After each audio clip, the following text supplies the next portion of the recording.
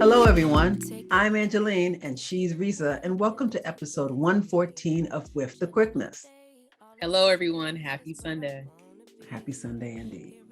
Today, we will be giving you our takeaways from the August 21st sermons given at First Baptist Church of Lincoln Gardens in Somerset, New Jersey, and a past sermon given at the Chosen Vessel Cathedral, which is located in Fort Worth, Texas.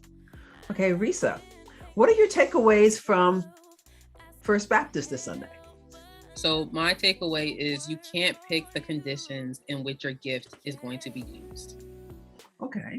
My takeaway was the signature of a gift from God is that He is the one that determines its use. Now let's go over to the Chosen Vessel Cathedral. What was your big takeaway from that sermon? If God said it, it's going to happen, and you cannot operate from fear. Okay. My big takeaway is it's a mindset before it's an accomplishment. We're going to get into those sermons a little bit more later in the show. But right now, it's time for Resa's playlist. Resa, what's the song of the week for this week? Okay, so the song of the week this week comes from Pastor Mike Jr. and it's his song called Amazing. Now, for some of you that, are into popular music, it may sound a little familiar because the song does sample Gnarls Barkley's Crazy, but the song came out in 2021. The video was just posted on YouTube around April of this year. So I would definitely suggest that you go and you check it out. And Pastor Mike Jr. on his YouTube page also has a new single out called Impossible. It's not out on any of the streaming platforms or on radio, but you can go to his YouTube page titled Pastor Mike Jr. And the Jr. is spelled JR, and you can listen to his latest sermon. And I believe the title is Moments, and it has him performing his song Impossible. Oh, great, Resa. Thank you so much for that. I know he also kind of linked it this week or a couple of weeks ago on Instagram too. So he's talking about it. So you're saying eventually he may put it on streaming, but we're not sure yet, or? Yeah, like he's definitely going to have this song on streaming sites and out to radio. But as of right now, I couldn't find it on any streaming sites or on the radio, but it is on his YouTube page. For those that don't know very much about Pastor Mike Jr., can you tell us a little bit more about his background? So Pastor Mike Jr., he is from Birmingham, Alabama. He is a part of a fraternity is Alpha Kappa Psi. So he is a reverend. So his reverend name, for those of you who don't know, is Reverend Mike McClare Jr., but his singing name he goes by, or his professional name he goes by Pastor Mike Jr. So you may have also seen him this past week winning the Stellar Awards. He won album of the year. So song of the year. So he is a 5-time Stellar Award winner, and he also was nominated for some Dove Awards. So he is popular, but he is a new up and coming artist. So I would definitely check him out because he does put out some really inspirational songs. And his song Amazing is more so talking about how amazing God is and how God has helped him through the trials and tribulations that he has faced throughout his life. Oh, it sounds like a really great song. I really look forward to hearing it. This is another time we're picking a male voice this Sunday, which is good. So that means when we get to the end of the season, you'll be mixing up the songs and it'll have a really nice flow. So I'm looking forward to hearing. I think I've heard it a lot on XM radio.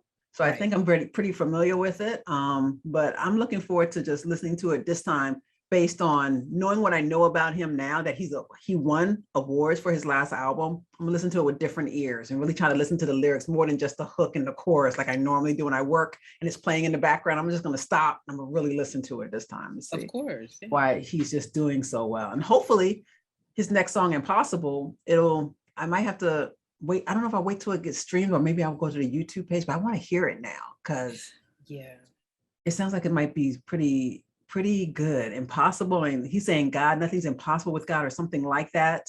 He's saying. Yeah, he's definitely singing about without God, nothing is impossible. So I would strongly suggest that you go to his YouTube page and listen to this song. Yeah, it's a common theme we've heard in a lot of gospel songs in the past, but I'm hoping he does something different with it that makes it more his own. So I will. I'm going to give that a listen. Thank you so much, Resa, for sharing your playlist with us this week. You're very welcome. Okay, let's go on to the bulk of our show. Sunday service at First Baptist Church of Lincoln Gardens in New Jersey, began with the praise and worship singers and musicians setting the tone in the sanctuary. Candace Jean and Kiva Torres, two FBCLG youth, led us in prayer and worship for Youth Sunday. Pastor Henderson presented the I Press My Gift moment that featured Sister Lenora Davis. Now, Sister Davis had ministered to the homeless and abused women in the past and as a social worker. And so she took this moment to tell us more about her gifts as a singer and as a writer. And then we went into the sermon. This Sunday, it was called The Grace Place. It was presented to us by Reverend Dr. Bernadette Glover. She is the senior pastor of St. Paul Baptist Church in Montclair, New Jersey. The scripture she referred to was Jonah chapter 1, verse 17. This is a place where it became very clear Jonah has a strong personality. He was given an assignment by God to perform, but he fled instead of completing it. Jonah's actions caused him to be cast into the ocean. And eventually God placed him in the belly of a whale for 3 days and 3 nights. The large fish was provided by God. In the intro, Pastor Glover began by telling us about a conversation she had with Pastor Quick and how she was really welcoming him to, the clergy in New Jersey, and so glad that he's our senior pastor at First Baptist. She also took the time to greet everyone in the sanctuary and online and say how happy she was to be, giving us the word today. Then she made it clear that she was reading her scripture today from a paper Bible, and she does so because others died to get their hands on a Bible. Doesn't mean she doesn't also use an app. She says she does use an app, but for our sermon today, the one she's choosing to give us, she's going to be referring to her paper Bible. And then she went into the word. She said, our assumptions about gifts. We assume the things we're good at performing are our natural gifts because there's certain talent indicators. But there's a difference between an impression and an imprint. That an impression is something that strikes us in the moment, right? And an imprint is very different because it leaves the impression of God. And then she said, the signature of a gift from God is that he's the one that determines its use. God's grace and ability will only happen on his terms. Then she went to the next part of her sermon that said, being enraged with God. She said, Jonas was enraged with God. That's why he fled from him. And many church people are enraged with him too. But God will use whatever he needs to use to develop us and assist us to yield ourselves to him. She said, the whale in the biblical story had operated against its own nature. It swallowed Jonah, but it didn't chew him up.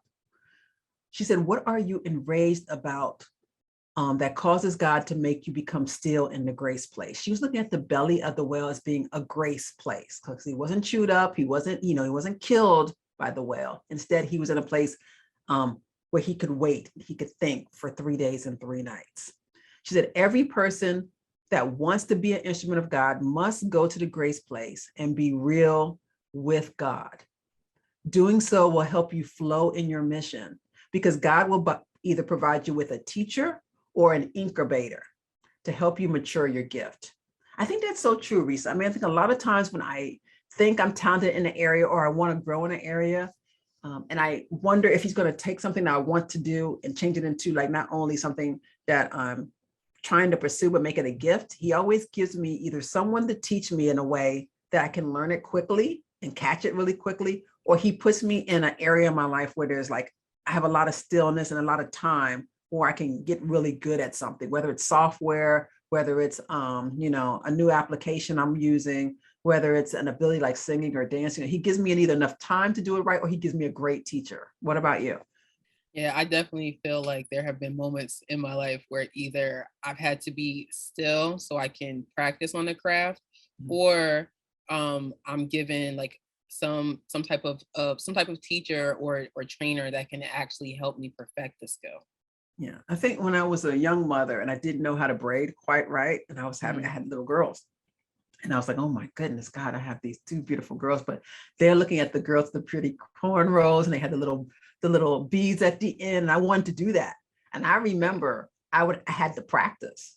I practice on you guys. I practice on me. I practice and practice to the point where I could do all the integral little designs and things and put beads on the end of your hair about the beads flying off somewhere. But it took time and practice to do that skill. I mean, I didn't just come out the womb knowing how to braid hair. I had to learn it. Right. That's like with me when I was in choir in school, like, I started off in children's choir. Then we had choir in school. So I had a teacher. And then I want to say maybe around like middle school, I dropped out because I was over it. But she's like, I'd rather just sing at home to my music. It wasn't that like I was over it. I just, the material that was being sung, I more so gravitate towards like soul music. So I would just play those albums ad nauseum and irritate my little sister. But I would play it ad nauseum and I would sing along to those records to learn how to do certain like riffs and things of that sort. But it all takes the mastery hours. You're absolutely right. So either you have a teacher that's going to help you, or you're, like she said, or you're in an incubator where you have time to work on the craft. She also said, think about giving your skill or ability over to God. When you get, and then the next part, the last part of her sermon was dealing with when giving your gift to God. So she said, when giving your gift to God, remove the conditions of how you wish God to use your gift. I think that was so true. Some of us, like she said, you don't want to use your gift over there with those people. Sometimes you have to use your gift where he tells you to use it, and if you really turn it over to him, then that means when he says go, you go. And when he says follow, you follow. And that's hard to do because some people say, oh, this gift will make me a certain amount of money, or this gift will help me do this, that, and the other. And we're looking for what I could get out of it, instead of thinking, what's for the glory. That's why I love our podcast. We decided way before December. I didn't even know we were going to do a podcast. We were doing the Daniel's fast, and it just was an impression on us. And then we had to sit down and say, okay, God is saying we need to do a podcast, and what does he want us to do this about? And praying and doing the Daniel's fast and going over, like, we had to sit there and actually have a plan, which was pretty good. Like, he was along the whole way. How did you feel about we doing the whole brainstorm before we actually launched this thing? It was definitely, I was kind of like in disbelief a little bit. I was like, yeah, okay, we'll do it. Because again, like we're not doing this for money. Like we both have jobs and we've been blessed with jobs, but we're doing this for the love of, like, of Jesus Christ. Yeah. So when this came up, I was like, yeah, we can do it. Didn't think it'd be like, what, 15 weeks later? I know. and we're still doing it. So I did. I kind of thought, I'm not going to lie. I kind of thought this is going to go on for a while. I think this is going to go on for a while. I think, don't get me wrong. Yes. Do we have a Pantheon? Yes, we do. Have you ever heard us promoted on this show? No, you haven't. Do we have a Cash App? Yes, we do. Have you heard us promote on the show? No, you haven't. Do we want sponsors? Yes. Have you heard us say we want sponsors? Well, yeah, you heard us say we want sponsors. Yeah, they kind of, because they kind of heard me talking about Mariah Carey and Lizzo. Yeah, and they kind of heard me talking about PureFlix and, TV One and all these other places that in Lifetime, whoever wants to. And that's only because it does take a certain amount of work. And you want to get good at the craft, and you want to have the latest software that you need to put on, and if the light above us goes out, we would like to be able to purchase it without our own funds and things of that sort. So if it maintains, I just want God to help us maintain it in a way that can give him glory and honor. And, to have a big reach, a good enough reach for him, whatever the words are, because I think the sermons that we are presenting are ones that he wants to be heard, because we never know what's going to be said at the pulpit at First Baptist, and we never know what pastor is going to be part of the guest. We'll be doing this guest series, pastor series. We're doing it for 7 weeks. So next week will be our 7th week. We'll be wrapping it up.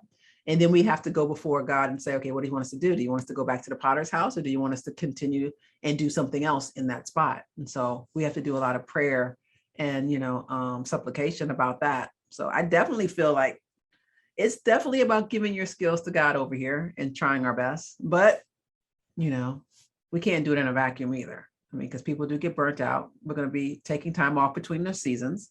So hopefully all that will work out, and the audience that has been, don't get fooled by our subscriber number. I want to say that our subscriber number is like in the 2 digits, very low. But I looked at the analytics. We got 1,000 some odd people who already been listening to this podcast on YouTube, and the analytics for the podcast is even higher. So I'm happy that it's going over to Germany and going over to France and going over to North Carolina, South Carolina, California. I love that. but I know it's not us. It's the words that people, it's the music, and it's the movies. We're just saying it's there. I kind of feel like we're saying, almost like that Vanna White chick on, Wheel of Fortune, how you kind of reveal stuff and go, ta-da, it's there. I feel like we're doing that. Like, this stuff is here. Did you know? You didn't know? Well, ta-da, it's there. Yeah. I think that's how we're doing it. Yeah, because I feel like even before, we even did the podcast, I'll be honest, was I mostly into popular music? Yeah. Could I quote you any gospel songs, like current? No. Did my idea of like gospel artists, was it kind of dated? Yeah, because I wasn't really actively in it. But now that I do every week look for new songs, and I am checking out like the different, whether it's different musical artists, different gospel YouTubers, like I am seeing, oh, okay, like there isn't like one set way to be a Christian. Like you can still be true to yourself and still worship God, and you're not like, it's not like you have to be this perfect person either. So that's another thing. I like to be able to clear up to say, God can meet you where you are, and you can still worship God. Oh yeah. And I like how when you first started doing the music, you were just listening to songs mixed with your own, other music, your other pop, your other R&B, your other, hip hop. You were just mixing, oh, I'm listening to this song too. It kind of sounds similar. I'm gonna throw it into my rotation. And now it's just to the point where you can toggle between the two very well. You can toggle between listening to your gospel music and know the artist and know where they're coming from and know that their albums and things, almost to the same equivalency of knowing about the artists that are the popular artists that the world is listening to. You kind of know the difference between the two, and you can actually recommend and feel comfortable when you want to do a praise and worship, playlist, and put your playlist on Sunday. You feel just as comfortable listening to that like you do the other music, right? Of course, yeah. And honestly, I like finding talented artists because, again, I love art, whether it's music, movies, or actual physical art. So I get excited when I come across like a new artist, and I'm like going through their whole like autobiography that they have on their website or maybe on some type of social media platform, and I get to talk about them like, hey, did you know about this person or that person or this group or whatever the case may be? Because I'll be honest, I didn't know about these artists until I started doing this podcast. So yeah, let's just tell the truth. You're just getting ready to be Kierra Sheard-Kelly's best friend. You want to be her best friend, and you're just trying to get invited over to the house for the sleepovers, and when she cooks in the kitchen of your mom, like, call me up. I want to be learning how to cook with you guys, and just listen. I actually watch her her YouTube channel, and she is really cool. She would be someone I would like to hang out with. Yeah, she's cool. Yeah, she does. Does she still do the cooking? I thought in the past she was cooking for mom. Does she still do cooking and stuff like that on her? Yeah, she still does cooking. She does talk about her businesses and her, her personal life and her professional life, but she is like a really, really like cool person. And she has done some movies that I've watched. Like we said before, she did the Clark Sisters. She did the Christmas movie with Nick Cannon and her mom. So she really is out here working, and she has her own fashion line. Wow. So she has a lot of things. She always dressed really nice. She really does. I didn't know she had a fashion line. Yeah, she does. Wow. Oh my gosh. Okay, we got to talk about her more maybe next week. Maybe talk a little bit about that fashion line and tell people about, I didn't even know. Really? Yeah. Oh my gosh. Can we talk about it now? Well, I don't really have all the information. Okay, sorry. I don't we'll talk about it next week. We'll talk about it next week. Yeah, next week I will give you all the information because I can't remember the name off the top of my head, but she does have a fashion line. Okay, good, because I know before we leave out, that'd be one thing people can look into while we're gone. We're not going to be officially gone. We'll put some things in the space during between. It's just a little break. That's all. Yeah, give us 3 weeks to recoup. Yeah, just a reboot, so we can come back with fresh content and maybe even a surprise for the maybe a surprise or two. Maybe a surprise or two. Okay, so getting back to the sermon, Pastor Glover went on to say, "Be receptive to singing in the key of God's amazing grace. God has been known to use things that have eaten others alive to help us learn from God's transformative power." Now, Reverend Dr. Bernadette Glover's sermon, The Grace Place, was live streamed on August the 21st, 2022 on the FBC Somerset YouTube channel. When you get a moment, please check it out. Now let's go over to the Chosen Vessel Cathedral. They posted a sermon, a June 26th sermon that we really think you'll enjoy. And this pastor is anointed to sing capital S, capital I, capital N, capital G. It is titled, It's Gonna Happen in 7 Days. And the speaker is Bishop Marvin Sapp. The scriptures are Joshua chapter 6, verses 1 through 5 of the New King James Version. This is where they circled the city of Jericho 7 times and shouted as the Lord commanded, and the Lord caused the walls of Jericho to fall. In the intro, Pastor Sapp started by stating there are many things that he doesn't understand about God, but there's one thing that he knows for sure, that God is not a man that he should lie. If God said it, he's obligated by his words to do it. You don't have to function from a position of fear because the enemy is scared of you. You're a child of God. He went to talk, most of this talk is dealing with our mentality. He said it's about our mentality. The enemy is afraid of you. He knows that if you ever grow in the boldness of true faith, you will do great things in the kingdom and in your life. I think that was so important. I mean, it goes kind of good with our I Press My Gift theme that First Baptist is having this month. We have to be, confident that what we have to bring to the table, even if it's a new gift or a new talent or something we're not too good at yet, we have to be confident God can use us and mold us, like, the potter with some clay, right? He can mold us into what he wants us to be.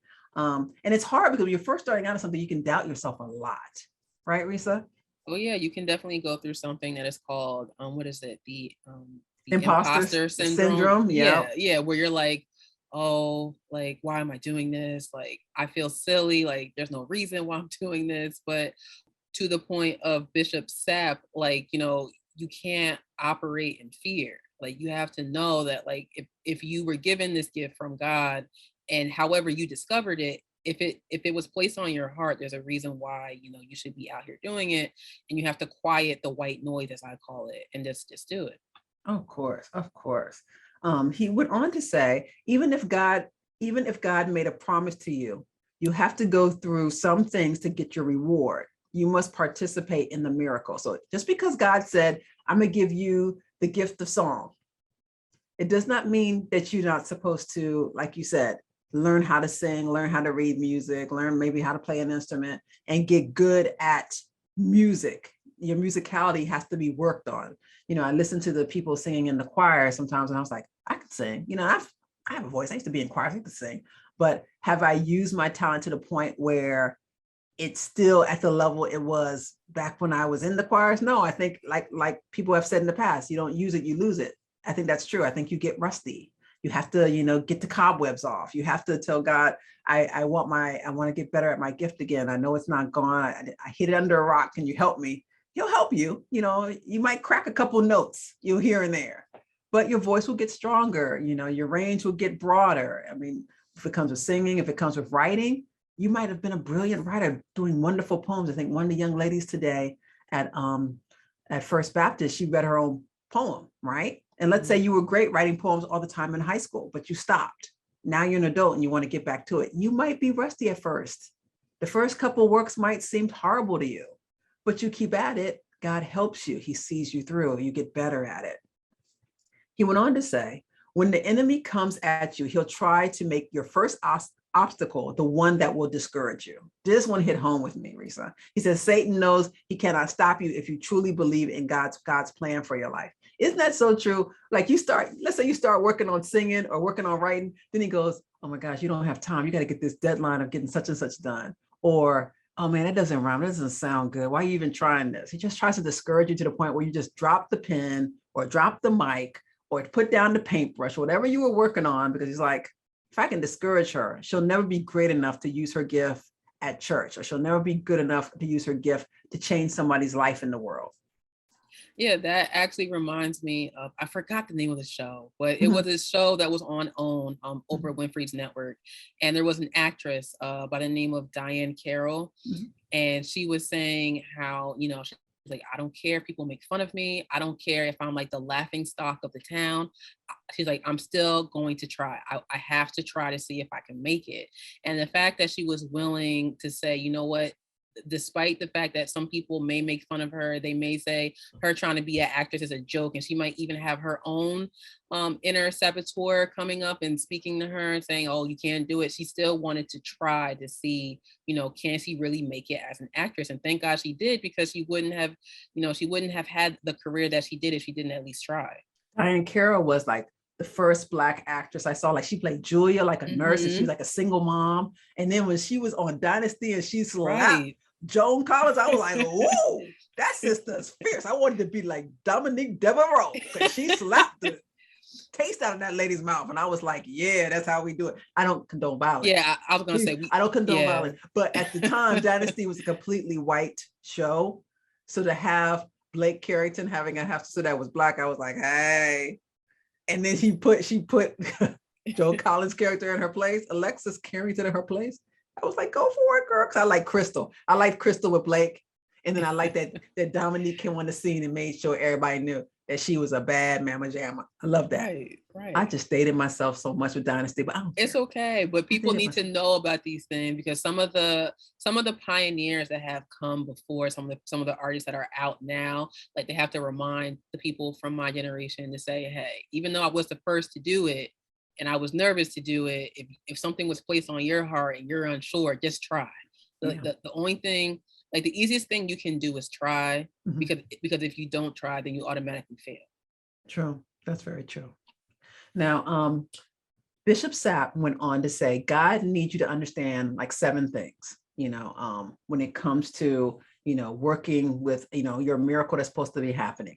One, he said, it's a mindset before it's an accomplishment. In the wilderness, God provided for your comfort, but you need to get ready to be uncomfortable and to fight for your miracle. Sometimes your wilderness will make you lazy, and you need to change that mindset. You need to see your new position of victory. Secondly, he said, God already has given your miracle to you. It's already yours. He says he's delivered it to you already. So he wants you to be excited about the fact that he has something for you. It's already done. Thirdly, you need to envision the reality of what God has spoken. You need to learn how to trust God and that what he and in what he has said. You need to exercise faith and confidence in him. That's kind of hard, even for your physical parents. When you say, oh, we're going to give you a car by your 16th birthday, man, you be in high school, you're asking 1,000 times for that car still. You're still going to give me a car, right? When I turn 16, I'm gonna get that car, right? When I get my license, I'm gonna get a car, right? It's not that, they took the words back or you think they're lying. There's something in you that feels like there's a little bit of unbelief. They're saying, don't do that with God. If he said it's yours, it's yours. Get your mindset that way. If God's put on your heart that you're meant to have a child, you're meant to be a mother one day, don't doubt that. Don't go through your singleness when you're not with anybody and thinking, I wonder if I'll become a mother. He already put it on your heart a long time ago. You're going to have a child. You're going to have a child. You're going to be a great mom. Stop worrying about it. Stop wondering about it. Stop looking at the clock going, oh my gosh, I'm getting older. You're going to be fine. If he says you're going to graduate from college and you're a freshman in college right now, and I'm saying that because we're back to school, all of us, right? And you're thinking, I'm running around and I just saw the syllabus of some of these classes and it's hard. I don't know if I can do this major. I don't know if I'm going to graduate. Don't, like Pastor Quick said last week, he was sitting in the counselor's office. They said, don't even think negatively. Give it a try. Take it one test at a time, one assignment at a time. You can do this. Have faith. You need to envision that God said, you're going to do this. Have confidence that he said, oh yeah, you're going to graduate. Remember recently when you was walking around high school wearing the Rutgers shirt and your teacher went to you once and said something about that shirt you were wearing? What happened with that? Oh yeah, because I was given a bunch of Rutgers shirts and I was wearing it, around high school because I wanted to speak it into existence that I was going to Rutgers. And some people thought that I was like, being presumptuous for like wearing the shirt, saying like, oh, well, how do you know you're going to get into Rutgers? Like, are you sure? And I was just like, yeah, like it wasn't even a question. Like I knew I was going to Rutgers, but I was like, I just thought it was weird that people, I don't know, some people get kind of weird when you like basically speak things into existence and they're like, well, how do you know? And it's like, well, I just know. Like, you're right. They take it as being cocky and arrogant. Right. You're absolutely right. Rather than being confident. So I guess there's something to be said about knowing that God and trusting in God and how you present that to yourself and present it to others. Like he doesn't want you to put your light under a bushel and act like, No. You're not, supposed to be confident in the words that he says to you. But at the same time, he doesn't want you to be, getting berated by people because of it. So how did you handle that? So I just, politely just told them like, I know I'm going to go to Rutgers, and that's pretty much what it was. Like, I didn't really feed into it too much, because for me, when something has been placed on my heart, or if God has come to me, whether it's in a dream or whether, because I'm still enough that I can pay attention to the signs that he gives to me. So when I know something is from God and I get confirmation, I don't really stress about it. So when some people are not going to understand, which is fine. That's life. But as long as I believe what he says, we're good. The minute I start to question, or I allow my mind to wander, or I allow Diablo to like make me question what's being placed on my heart, then God's like, oh, we had a conversation. I don't know why you're letting anybody else like deter you from what I've said or what I promised you. Yeah. But I'll let you have that moment, but like, just, bring it back and remember that, what I promised you, as long as you, keep your word and we keep talking on a regular basis, you're good. So. Love that. So like we said, God has already given the miracle to you. You need to envision the reality of what he has spoken. Fourthly, understand victory flows out of obedience. Before the battle can be won, there must be a plan, and it must be executed properly. So be obedient to God's word, even when it doesn't make sense to you. You may look stupid or crazy to the world, like you were talking about, but God will make your haters look like fools when you get your victory. Because did you not graduate from Rutgers? Yeah. I graduated from Rutgers. I actually made Dean's List for my major. So there were a lot of great things. And that actually reminded me of when I was given a wonderful car when I graduated. Yeah. But at the time I was working in retail. Nothing wrong with retail, but the amount of money I was making, I could not afford to keep the car. So I had to grapple with the decision of like, I have to give the car back. And I was devastated because I was like, I really want this car. And like, my dad gave it to me and he was really happy. He was so proud. Every father right. wants to give their child for doing good in college a car. And he was able to do that. Right. He felt really good. And that's the thing, because the car was like my dream car at the time. So he got it for me and I was like, so excited. And then literally that same night when I was going to sleep, I was like, no, you can't keep that car. And I was like, what do you mean? It'd be a burden to you. Yeah. Right. So I had to like talk to him and tell him like, I appreciate the gift, but like, I can't keep this car. And everybody around me was like, why would you give the car back? You should keep it and you could do extra hours. But not me. Your mama was like, you are so smart, girl. You're so wise. God will bless you with a car. He will bless you when your finances can support you having car payments like that. Right. Like knowing what I knew at the time, because I was like, let's just say I was like a new driver. And some of the, I don't want to say fender benders, but some of the minor things that happened in my other car that was a used car, I would have been really frustrated to know that I did that in a newer car. Yeah. A couple dings and scratches that I did versus when I did it. Not saying that, I still wasn't annoyed when I did it in my other car, but I would have been more annoyed because it would have cost me more to get that fixed versus when you have a used car that's in like, good condition and can get you from point A to point B. Yes, you may have some dings and some scratches that may not be super noticeable because the car's a little bit older.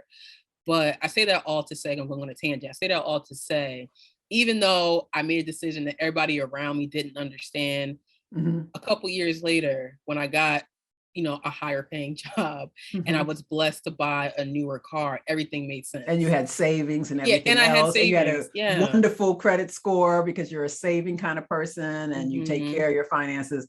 And it was great to go to your dad then and say, Dad, I'm ready to get a better car. My other car, my used car is on its last legs. I'm ready. I think I'm ready. And he was more than happy. Of course. To take you through that. He loved it. He loved probably every minute with his daughter. Yeah, he was proud. He was like, listen, you were able to save up and you were responsible and we're able to go to the car dealership and you're paying for it. Like, he was super excited for it because again, I understood, not to say I didn't understand the value of a dollar, I did, but I feel like, you know, when you try to hold on, it's something that I had to learn too throughout my 20s. When you hold on to something that's not meant for you to have, you don't know peace. You really don't. You really don't. There's no type of peace. But then when you listen to what has been placed on your heart and you do what you were told, even though everyone doesn't understand, the reward that you get down the road, it makes more sense. Hindsight is 2020. Yeah. And I think that could have been something that could have been said last month at the D-Free conference. Pastor Emeritus DeForest B. Soaries, he would be proud of you for turning away a car because the car payments would have been a struggle for you, fresh out of college, compared to, you know, getting a nice used car you could afford and, you know, making your way up to being, you know, a supervisor now and being able to build savings and getting a car on a different term. He would be like, yes, that's the way to do it. That's the best part. And you weren't even doing D-Free. You were doing the don't want to be in debt. Yeah. You weren't doing anybody's plan other than God's plan, because God put on your heart, you don't get the car, you return the car. Right. Because remember too, when you graduate college, you have to pay student loans, and they do give you like a grace period, I think 6 months after you graduate. I think it's 3. Oh, okay, so it's 3. I think it might be 3. It's just short. I know it was short because it kind of kicked in really fast. Yeah, because it's like I graduated in May, and then that November it was saying that it was going to kick in. So it was like I couldn't factor in like paying a student loan, a bill on top of like car payment, and it was like, even though I love the car, I know I did, and I was appreciative of it. It was really the thought that counted. So I do, of course, appreciate what my dad did, but I just couldn't keep it at the time. So and it all came full circle. He was able to help you get your newer car anyway. So let's go on. Pastor Sapp, Bishop Sapp went on for his 5th point was instruction, strategy, and plans. He said, walk in God's plans quietly. You don't need to make a lot of noise to express, express to the world your thoughts and feelings. I thought that was really important because, sometimes you can talk about what you want to do. And then the haters or people that are not supportive can come and get into your thoughts and tell you can't do it. And it causes this cycle of you to think, why did I even share? Because everything around me is telling me, no. Like you said about the car, they're telling you, what do you mean you're giving it back? Sometimes you could, keep things to yourself more to the best. And you don't have to tell the world everything just so you won't have to hear their noise. He said, 6, as you operate in silence, the enemy will try to make you doubt God's plan. The enemy wasn't given the same word from God that you were given. So you need to trust that God has given you a process that will work for you to mature you spiritually and to give you a greater capacity to reach others, whatever that gift and miracle is he's working on you with. And then finally, God will test your discipline. Do your part and shout at whatever is blocking you and your miracle, because your miracle is within your ability. He said, you are working with God. Just like they walked around Jericho 7 times and shouted at the walls and they fell, you have that same power to, when you're with God, shout at whatever is blocking you. Your miracle is close at hand. You can view Bishop Marvin Sapp's August the 21st sermon. No, it wasn't August the 21st. He did this back in, hold on, let me check. That's a mistake. Okay. Yep. Okay. You can view Bishop Marvin Sapp's June 26, 2022 sermon his sermon, It's Gonna Happen in 7 Days, on the Chosen Vessel Cathedral YouTube channel. Now, the next part of the show is one we are so excited about, the screening room. We have a love for, good faith-based movies. And this one is a TV One premiere tonight. Now, TV One is not a sponsor of the With the Quickness podcast, but, one day, who knows, it may happen. But you guys, we have to watch this movie together on August the 21st, 2022. So if you're listening to this on Monday, hopefully you already watched it last night. And if you're listening to this Sunday night, run and make sure you're watching it with us at 9 p.m. Eastern Standard Time. It's called Never Would Have Made It, the Marvin Sapp Story. We just gave a word from his pulpit. And so we had to tell you what was going on tonight. And Resa was so kind last week to tell us his biopic drops tonight.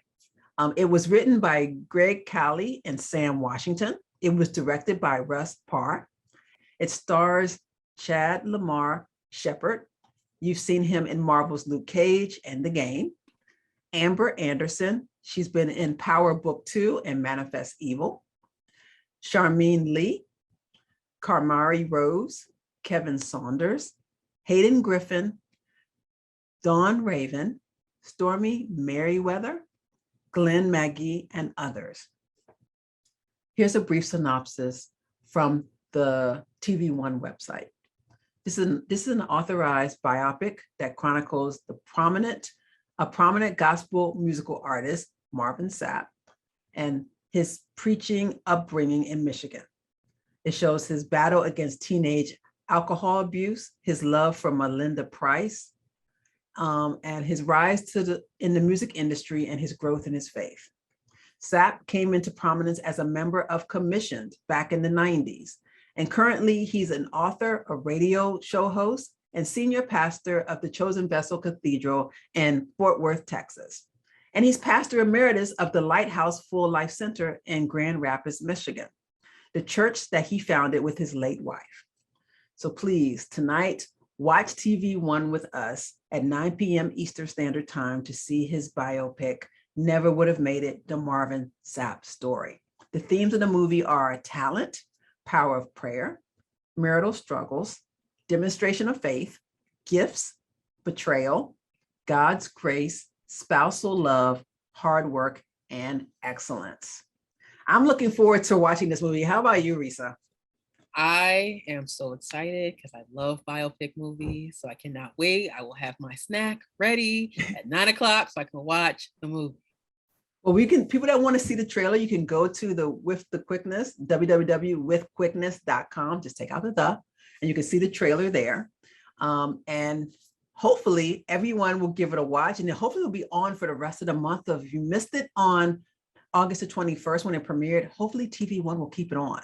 And you can see it, throughout the rest of the month of August.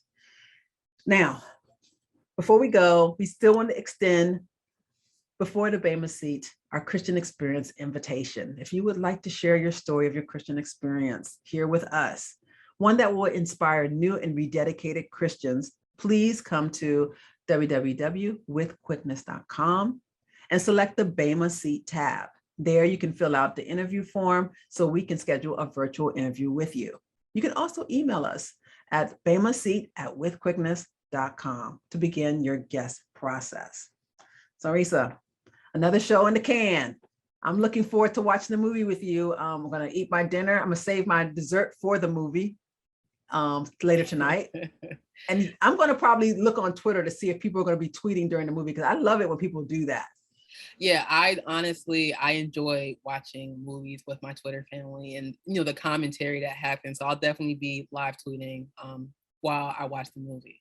I love that. I know what they did during the Clark sisters. They would comment on things that people said. I mean, they would comment on things people wore. Some of them were funny. Some of them were like, downright like, yes, amen, we totally agree. And everyone's always touched by the music. So I really hope we hear a lot of Marvin Sapp's music during this movie. Oh yeah, of course. I definitely can't wait for the musical numbers to appear in the movie for sure. Yeah. Well, it's been a pleasure, like always, Resa, to be on the podcast with you. I can't believe our season is coming close to an end. Just one more episode, and then I'll be the end of season 1. How do you feel? I feel, honestly, I'm happy, but I do have some news to share, because we can't forget this before we leave. What? So today is the 21st. Mm-hmm. Tomorrow, the 22nd, is my birthday. Oh, that's right. We got to share with everybody that might not know. If you follow Resa on Instagram, Twitter, Facebook, please tell her a happy birthday tomorrow, because she's turning the big 31. Yes. You're officially going more into your 30s, which we understand it's a big deal. It's a big deal. So I definitely want you to get some love from those that can acknowledge the fact that happy birthday to you. We hope you have a beautiful birthday. Thank you. I appreciate it. I know for me, I'll never forget the day you came into this world. Never, ever, ever. You're my firstborn, and it's been a wonderful journey being your mom. Absolutely wonderful. Oh, thanks. Yeah, I actually look at the things you've accomplished in your life, and I think it's for God's grace, because I was a child, having a child, I was only 20 when I had you. And I thank God every day that he put it on my heart to stay strong in my faith throughout the whole thing, and make sure you were raised in the church, and make sure that, you knew who God was. And somehow it just wore off. I'm like, thank you, Jesus is still in there. They say if you teach a child the way it will go, they won't depart from it when they're older. And you haven't. Even when you took a little break from church, you still knew your faith and you knew you were a child of God. So I'm very proud of you. I really am. Thank you. And I enjoy doing the podcast with you. I really do. Yeah, I do too. I actually like it. It's a highlight of my Sunday, believe it or not. I know, right? I love sharing a word with you. And your music, I'm telling you right now, I get in my car now, I have a great playlist because of you. I really do.